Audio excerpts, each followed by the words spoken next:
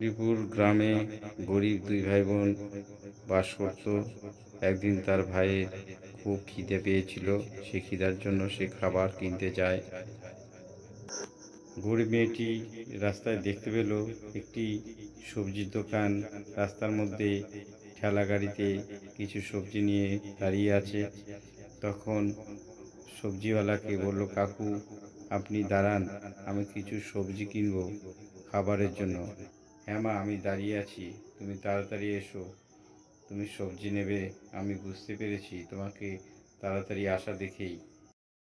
তখন মেয়েটি সবজি কিনে বাড়ির দিকে রওনা হলো। বাড়ির দিকে রওনা হতেই তার ভাই বলল, কোথাতে খুব কান্নাকাটি করছে। তখন ভাইকে বলল, ভাই তুই একটু দাঁড়া, আমি খুব তাড়াতাড়ি তোর জন্য খাবার তৈরি করে দিচ্ছি।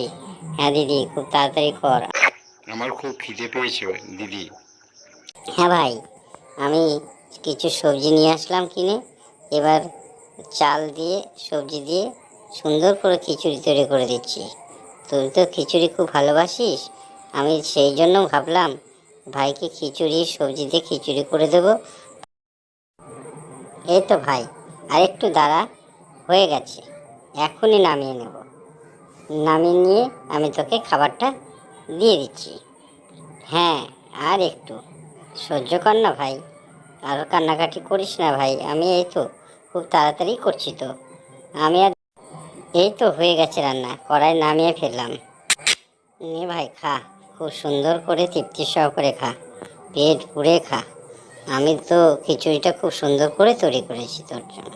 নে ভাই, সুন্দর করে খেয়ে নে। লক্ষ্মী সোনাটি আমার, খুব সুন্দর, খুব খিদে পেয়েছে তোর না? খা, সুন্দর করে খেয়ে নে, খেয়ে পেট ভরে। দিদি আমার খাওয়া হয়ে গেছে, এবার তুমি খেয়ে নাও। হ্যাঁ ভাই। খাচ্ছি, আমারও তো খুব খিদে পেয়েছে। যাক, খুব তৃপ্তি সহকারে খিচুড়িটা খেলাম। বাহ, খুব ভালোই।